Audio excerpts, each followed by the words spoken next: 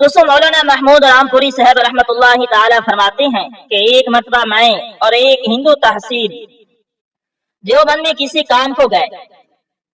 میں حضرت شیخ الہند کے ہاں مہمان ہوا اور وہ ہندو بھی اپنے بھائیوں کے گھر کھانا کھا کر میرے پاس آ گیا کہ میں بھی یہاں ہی رہوں گا. اس کو ایک چارپائی دے دی گئی. جب ہم سب رات کو سو گئے تو میں نے دیکھا کہ حضرت مولانا شیخ الہند رحمۃ اللہ تعالی اٹھے. میں لیٹا رہا اور دیکھتا رہا کہ اگر کوئی مشقت کا کام کریں گے تو میں امداد کروں گا، ورنہ خواہ مخواہ اپنے جاگنے کا اظہار کر کے کیوں پریشان کروں. فرماتے ہیں کہ میں نے دیکھا کہ مولانا اس ہندو کی طرف بڑھے اور اس کی چارپائی پر بیٹھ کر اس کے پیر دبانے شروع کیے. وہ خراٹے لے کر خوب سوتا رہا. مولانا محمود صاحب رحمۃ اللہ تعالی کہتے ہیں کہ میں اٹھا اور عرض کیا، حضرت آپ تکلیف نہ کریں، میں دبا دوں گا.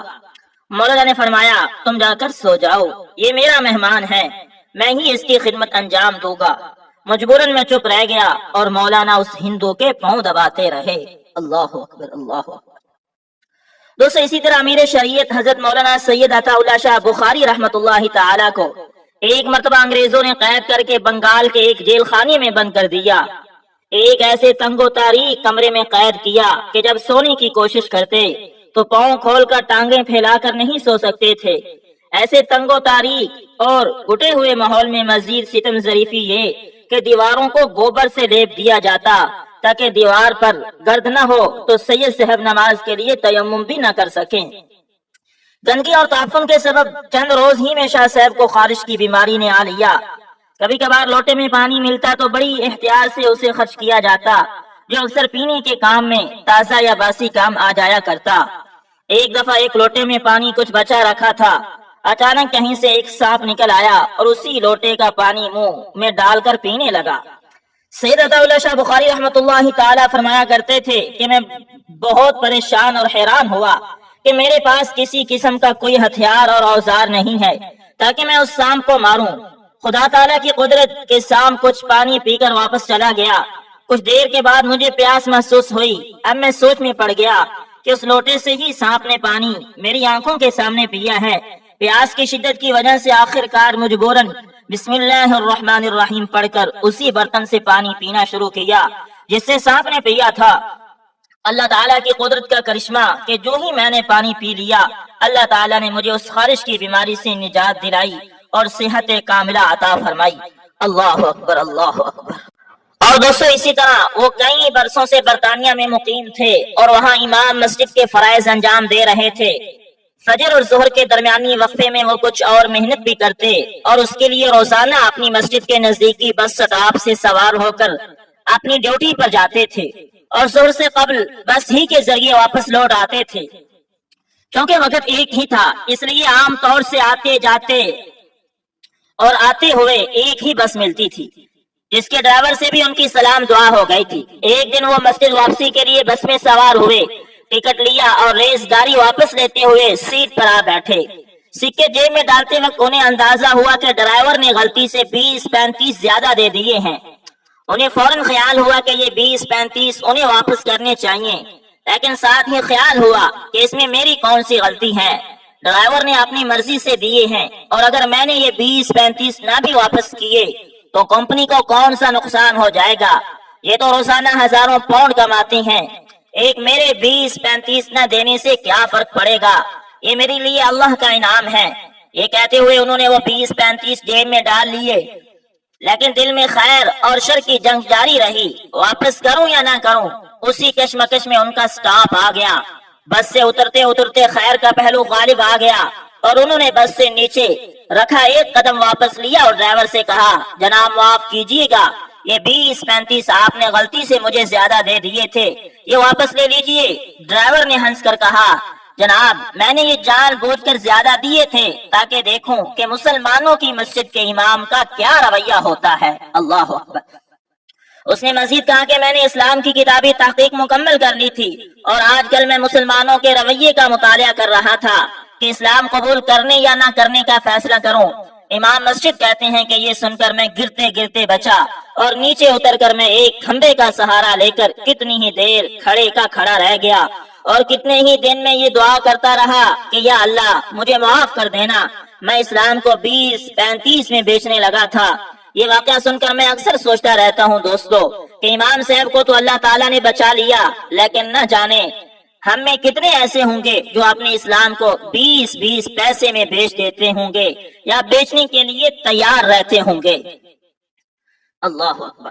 دوستو اسی طرح مدینے کی تاریک رات تھی اور خلیفہ وقت حسب معمول گشت پر تھے تاکہ وہ بذات خود جان سکیں کہ ان کی رعایا کس حال میں ہے۔ اسی اثنا میں ایک گھر سے آواز آئی کہ بیٹی دودھ میں پانی ملا دو۔ خلیفہ کے قدم رک گئے۔ بیٹی نے کہا اماں تمہیں معلوم نہیں کہ خلیفہ نے دودھ میں پانی ملانے سے منع کیا ہے؟ ماں نے کہا بیٹی اس وقت خلیفہ کہاں دیکھ رہا ہے، تم پانی ملا دو۔ بیٹی نے کہا اماں خلیفہ تو نہیں دیکھ رہا مگر اللہ تو دیکھ رہا ہے۔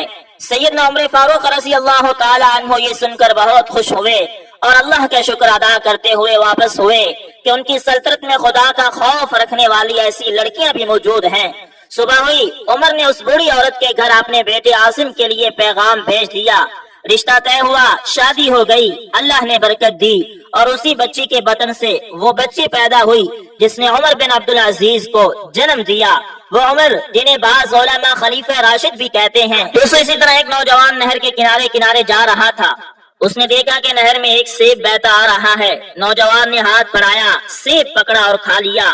کھانے کے بعد خیال آیا کہ یہ سیب تو میرا نہ تھا، میں نے مالک کی اجازت کے بغیر کھا لیا۔ فکر پیدا ہوئی، چنانچہ وہ پانی کے بہاؤ کے مخالف چل دیا تاکہ دیکھے کہ یہ سیب کہاں سے آیا ہے۔ تھوڑی دور پہنچا تو نہر کے کنارے ایک باغ نظر آیا جس کی شاخیں اس نہر پہ جھکی ہوئی تھی اور ان شاخوں سے ایک آدھ سیب پانی میں گر رہا تھا۔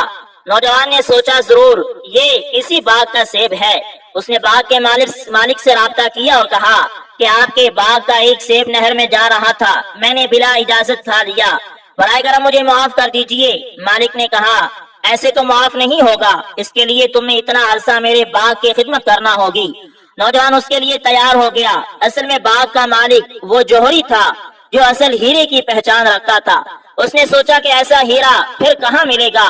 نوجوان باغ میں کام کرنے لگا اور ادھر باغ کا مالک اپنی بچی کو اس سے بیانے کا انتظام کرنے لگا۔ کچھ ہی عرصے میں یہ شادی ہو گئی، اللہ نے برکت دی اور اس سالے جوڑے نے عبد القادر جیلانی کو جنم دیا۔ اللہ اکبر، اللہ اکبر۔ دوستو رشتے طے کرتے وقت اگر تقوی اور پرہیزگاری کو معیار بنایا جائے تو پھر عمر بن عبدالعزیز اور شیخ عبد القادر جیلانی پیدا ہوتے ہیں، ورنہ ماجے گامے اور ساجے تو ہوتے ہی ہیں۔ مناسب رشتے کی تلاش آج کا نہیں ہر زمانے کا مسئلہ رہا ہے، لیکن قرون اولیٰ میں رشتے کا معیار تقوی اور علم و عمل تھے، جبکہ آج مال و دولت، حسن اور ذات پات ہیں۔ نتیجہ سب کے سامنے ہے، مال و دولت، حسن اور ذات پات ہمیشہ فتنے اور فساد کا باعث رہے ہیں۔ اس لیے اس معیار کو سامنے رکھنے والے اکثر فتنے اور فساد کا ہی شکار ہوتے ہیں، جبکہ تقوی اور علم و عمل ہمیشہ عافیت اور امن و آشتی کا باعث بنے ہیں۔ اس لیے اس معیار کے چاہنے والے ان نعمتوں کو پاتے ہیں اور خوب پاتے ہیں۔ مال و دولت کے پجاری یاد رکھیے کہ مال و دولت ڈھلتی چھائیں ہیں، یہ کسی کے ساتھ ہمیشہ نہیں چلتی، جبکہ دوسری طرف اللہ کا وعدہ ہے کہ وَمَن يَتَّقِ اللَّهَ يَجْعَلْ لَهُ مَخْرَجًا وَيَرْزُقْهُ مِنْ حَيْثُ لَا يَحْتَسِبُ، جو تقوی اختیار کرے گا اللہ انہیں ایسی راہوں سے رزق عطا کرے گا جہاں سے انہیں گمان بھی نہ ہوگا۔ حسن کے بیپاری مت بھولیں کہ حسن بہت جلد فنا ہو جانے والی شے ہے اور اس کی دوستی بھی فنا کے گھاٹ اتار کے رکھ دیتی ہے۔ ذات پات کے پرچاک حضور کا یہ فرمان کیوں بھول گئے ہیں کہ جس کا مفہوم یہ ہے کہ اے بنو ہاشم ایسا نہ ہو کہ آخرت میں لوگ اعمال لے کر آ جائیں اور تم اپنا نسب لے کر آ جاؤ، وہاں تمہارا نسب کسی کام نہ آئے گا، اور یہ کہ جس کو اس کے عمل نے پیچھے کر دیا اس کا نسب اسے آگے نہیں بڑھا سکتا۔ ٹوٹتے رشتے، ناکام شادیاں، طلاقوں کی بھرمار، بکھرتے خاندان اور دم توڑتی خاندانی اقدار کے باوجود بھی اگر ہم نے اپنے رشتوں کے معیار اور رویے نہ بدلے تو پھر ہمارے معاشرے کو مغربی انداز کی تباہی سے کوئی نہیں بچا سکتا۔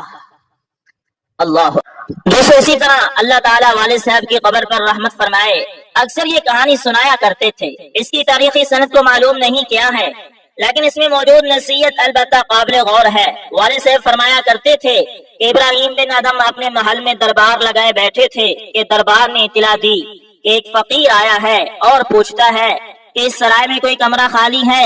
ابراہیم بن ادم نے سوچا دلچسپ آدمی معلوم ہوتا ہے، کہا کہ اسے اندر بلا لو۔ فقیر آیا تو اس سے پوچھا کہ تم کیا کہہ رہے تھے؟ اس نے کہا بابا مسافر ہوں اور رات ٹھہرنا ہے۔ اس سرائے میں ایک کمرہ چاہتا ہوں۔ ابراہیم بن ادم ہنس دیے اور کہا کہ بابا تمہیں معلوم نہیں، یہ سرائے نہیں، یہ تو محل ہے۔